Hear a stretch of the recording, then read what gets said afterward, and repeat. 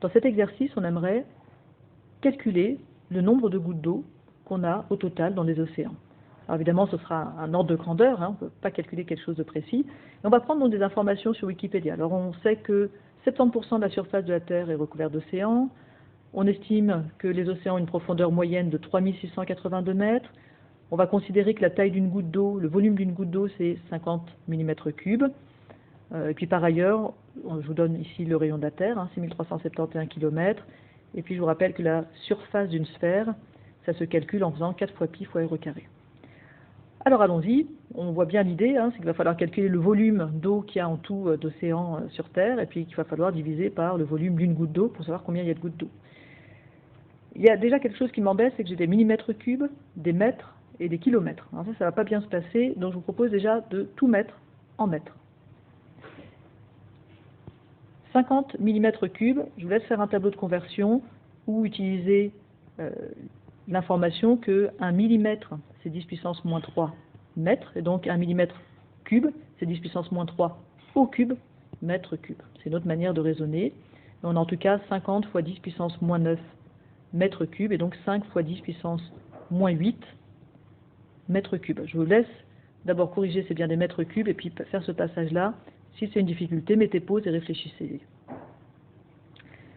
Ensuite, on a le rayon de la Terre, 6371 km. Il faut que je multiplie par 1000 pour avoir le rayon de la Terre en mètres. Donc j'ai 6 371 000 mètres. Et puis au passage, je vais en profiter pour arrondir. Je veux dire que c'est à peu près 6 fois 10 puissance 6 mètres. Je garde en tout cas un chiffre significatif, mais vous voyez que je n'hésite pas à arrondir beaucoup, parce que l'idée c'est de faire tous ces calculs-là à la main. Donc on ne veut pas faire des choses trop compliquées. Alors maintenant on peut y aller. Première chose que je vous propose de faire, c'est de calculer la surface de la Terre. Ensuite on pourra calculer la surface des océans, ce sera 70% de ce qu'on viendra de calculer, puis le volume des océans, et enfin on pourra terminer en essayant d'estimer le nombre de gouttes d'eau. Pour la surface de la Terre, je vais utiliser la formule que je donne ici, 4 fois pi fois r au carré, avec le rayon qui est donné par 6 fois 10 puissance 6 mètres, et pi à peu près égal à 3,14. Donc voilà une première manière de marquer le calcul. 4 fois 3,14, ça m'enquiquine. Bon, je vais simplement faire 4 fois 3, je vais arrondir à 4 fois 3, donc j'aurai 12. Et puis 6 fois 10 puissance 6 au carré, je vais distribuer le carré. Vous savez que les puissances sont distributives sur les multiplications, donc j'ai 6 au carré fois 10 puissance 6 au carré. Qu'est-ce que ça donne tout ça? Donc 4 fois 3, on l'a dit 12. Ensuite 6 au carré, 36. Et 10 puissance 6 au carré, ça fait 10 puissance 6 fois 2, donc 10 puissance 12. Et là, je vous renvoie, si ça vous pose un problème, aux formules de calcul avec les puissances. Alors, il me reste à faire ce 12 fois 36.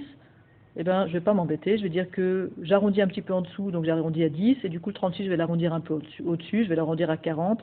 Donc, j'ai à peu près 10 fois 40. Donc, j'ai à peu près 400 fois 12 fois 10 puissance 12. 400, c'est 4 fois 10 puissance 10, donc j'ai 4 fois 10 puissance 2, pardon, donc 4 fois 10 puissance 2 fois 10 puissance 12, ça fait 4 fois 10 puissance 14 mètres carrés à peu près pour la surface de la Terre. Maintenant, pour les océans. Pour les océans, on a dit que c'était 70% de la surface de la Terre, donc je dois faire 70% de ça. Donc surface des océans, 70% de ce que je viens de calculer, 4 fois 10 puissance 14. 70% c'est 0,7. Donc je fais 0,7 fois 4 fois 10 puissance 14.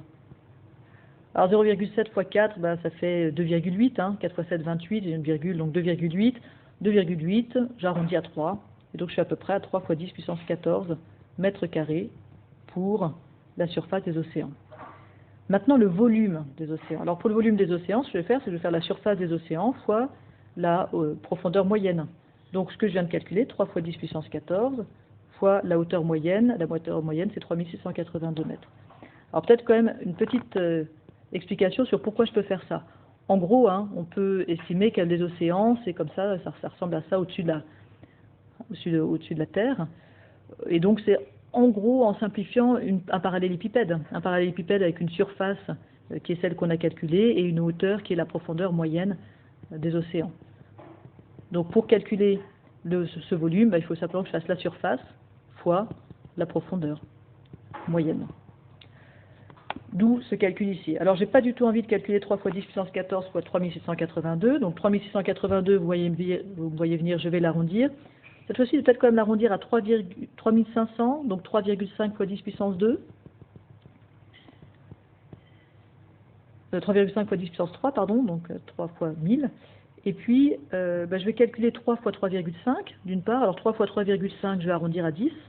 Et puis 10 puissance 14 fois 10 puissance 3, ça fait 10 puissance 17. Donc je suis à peu près à 10 fois 10 puissance 17 mètres cubes pour le volume des océans. Ce qui s'écrit d'ailleurs 10 puissance 18.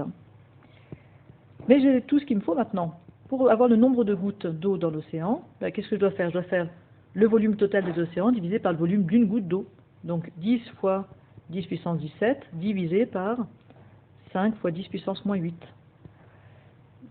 En général, l'idée dans ces genres de calculs, c'est de séparer, on va mettre ce qui est en nombre à gauche. Alors c'est vrai que 10, c'est une puissance de 10, mais je vais quand même le laisser comme ça, parce que 10 sur 5, ça tombe bien. Et puis, je vais mettre les puissances de 10 ensemble. Donc si je sépare, je vais avoir 10 sur 5 d'une part, et puis 10 puissance 17 sur 10 puissance moins 8 d'autre part.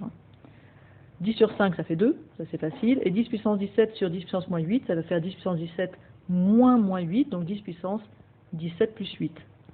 C'est-à-dire 2 fois 10 puissance 25. Donc on a à peu près 2 fois 10 puissance 25 gouttes d'eau dans l'océan, dans les océans. Et alors est-ce que c'est comparable aux 10 puissance 24 étoiles qu'on a dans l'univers visible? Oui, tout à fait. Vous pourriez dire non, c'est quand même 20 fois plus, mais 20 fois plus vu le nombre d'approximations qu'on a faites, on est tout à fait dans un ordre de grandeur comparable. Il faut bien imaginer qu'on est dans du 10 puissance 25, 10 puissance 24, donc vous compterez combien ça fait de milliards, de milliards, de milliards. Alors on n'est pas tout à fait au milliard de milliards de milliards d'ailleurs, mais je vous laisse regarder ça. En tout cas, on est bien dans le même ordre de grandeur que le nombre d'étoiles dans l'univers visible.